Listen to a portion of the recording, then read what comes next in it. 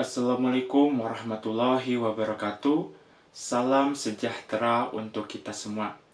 Halo, perkenalkan nama saya Ipan Nugraha dengan nomor NPM 2112241053, mahasiswa dari mata kuliah Statistika dan Probabilitas dengan dosen pengampu Ibu Andini Rasdisa Pratiwi, SOS MSI PhD.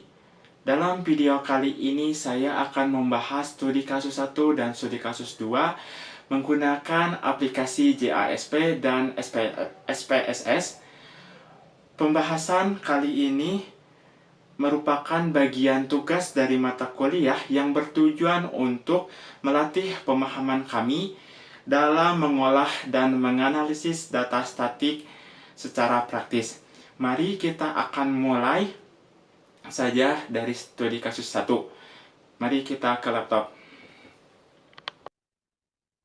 Baik, kita akan mulai saja langsung dari studi kasus pertama. Studi kasus pertama ini yaitu seorang insinyur transportasi mencatat waktu tempuh dari 20 kendaraan yang melintas Jalan Ahmad Yani saat jam sibuk. Berikut data waktu tempuh 20 kendaraan tersebut dalam menit. 32, 35, 33, 31, 30, dan seterusnya. Dari data berikut, kita akan menentukan rata-rata atau mean, median, modus, range, variance, dan simpangan baku, serta bentuk sebaran data secara singkat.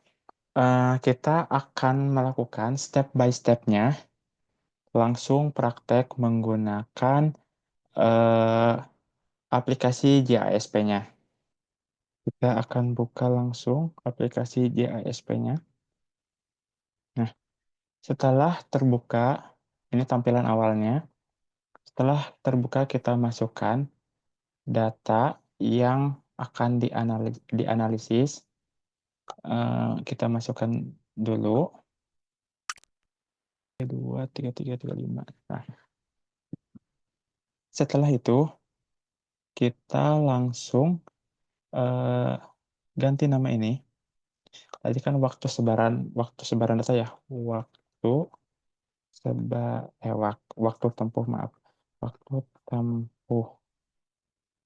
Nah, saat kita enter, otomatis long name-nya itu berubah. Pilih ini sesuai datanya. Karena ini numerik, kita pilih scale. Lalu langsung analyze. Setelah itu, klik descriptive statis. Nah, setelah itu variabel waktu tempuh ini masukkan ke dalam variabel ini. Setelah itu kita klik statis. Nah, kita tadi akan menentukan apa saja mean, median, modus, range, variance, dan standar deviasi. Nah, ininya matiin aja. Nah, otomatis langsung keluar hasilnya. Kita akan bahas di PPT untuk hasilnya. Nah, ini adalah hasil studi kasus pertama. Data tersebut ada 20, modusnya 33, medianya 33, min-nya 32,7, standar deviasinya 2,43, variance-nya 59,5, range-nya 9, maksimumnya ada 28, minimumnya ada 28, dan maksimumnya ada 37. Untuk sebaran datanya yaitu min sama dengan 32,7, medianya 33, modusnya juga 33. Nilai-nilai ini sangat dekat, artinya data cenderung simetris. Tidak ada nilai ekstrim seperti angka yang sangat rendah atau tinggi, dan data cukup merata di sekitar tengah. Range-nya ini 9 menit dan simpangan bakunya kecil, 2,43. Ini menunjukkan variasi data relatif kecil. Jadi waktu tempuh kendaraan konsisten saat jam sibuk. Sebaran data waktu tempuh simetris, tidak mencolok ke kiri atau ke kanan, dan variatifnya rendah, menandakan waktu tempuh kendaraan cukup stabil saat jam sibuk di Jalan Ahmad Yani. Studi kasus pertama telah selesai. Kita akan lanjut ke studi kasus yang kedua. Studi kasus yang kedua, yaitu kita memiliki data eh, jumlah semen dan kekuatan tekanan beton. Data sampel uji betonnya. Nah, ini ya datanya. Nah, dari data ini kita akan menggambarkan scatter plot antara jumlah semen dan kekuatan tekanan. Yang kedua, hitung koefisiensi relasi Versen. Yang ketiga, tekanan persamaan regresi linear Y sama dengan B0 plus B1X. Dan yang keempat, interpretasikan nilai slope dan intercept. Yang kelima, jelaskan apakah hubungan ini signifikan dan kuat secara statik. Kita akan langsung praktek. Nah, ini step by step di dalam PPT-nya. Kita akan langsung praktek saja di aplikasinya. Buka aplikasi SPSS.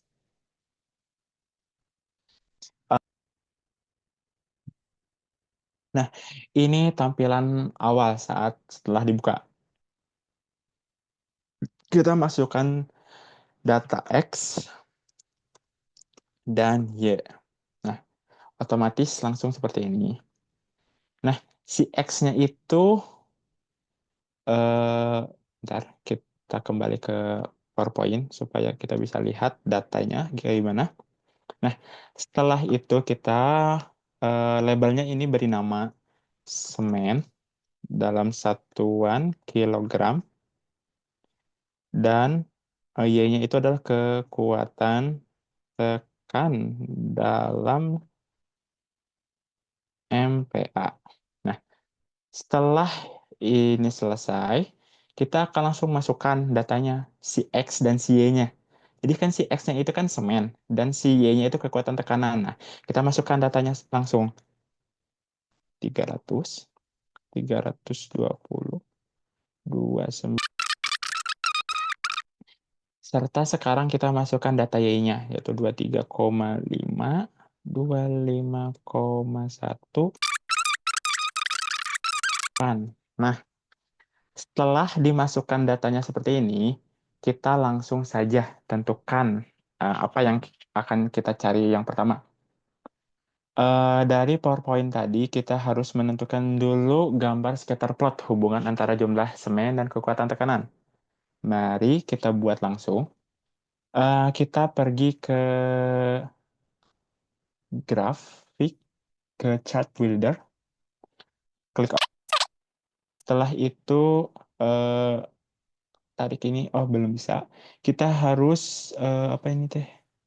Oh, kita harus klik basic element, masukkan dulu grafiknya, lalu titik-titiknya kita akan menggunakan apa? Titik ini. Nah, si X-nya itu masukkan ke X-axis, si kekuatan tekannya itu masukkan ke Y. Langsung klik OK. Nah, otomatis si hasilnya itu langsung keluar, teman-teman. Nah, karena si garisnya emang titiknya udah keluar, cuman si garisnya kan belum keluar, dan si apa, hasil Y-nya itu belum keluar.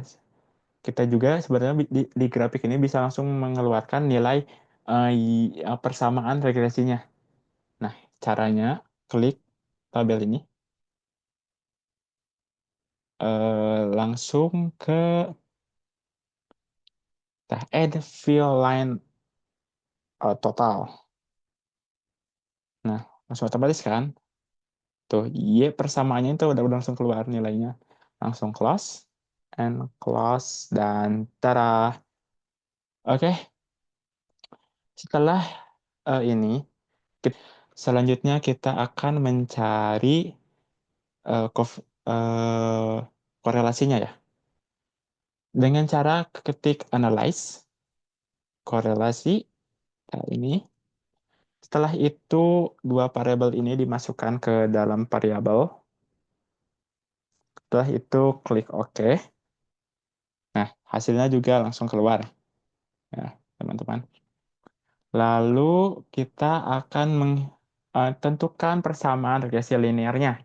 Nah, sebenarnya dari yang pertama itu pas waktu gambar scatter plot, nah ini juga udah keluar sih persamaannya. Tetapi kita akan mengeluarkan hasilnya di regresi linearnya. Pergi ke analyze, lalu ke regresi, lalu ke linear. Setelah itu masukkan data X-nya dan Y-nya ke defendant.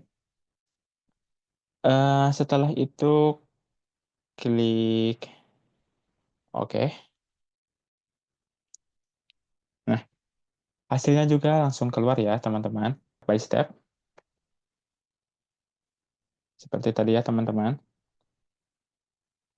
Di hasil studi kasus yang kedua ini kan kita menentukan scatter plot hubungan antara jumlah semen dan kekuatan tekanan yang menghasilkan nilai Y sama dengan minus 1,75 plus 0,08 X.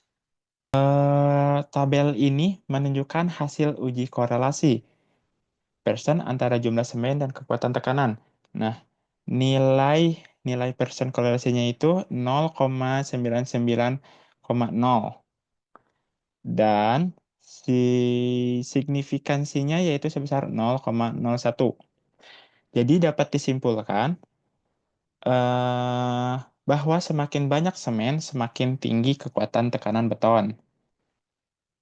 Lalu kan tadi ada empat data yang keluar.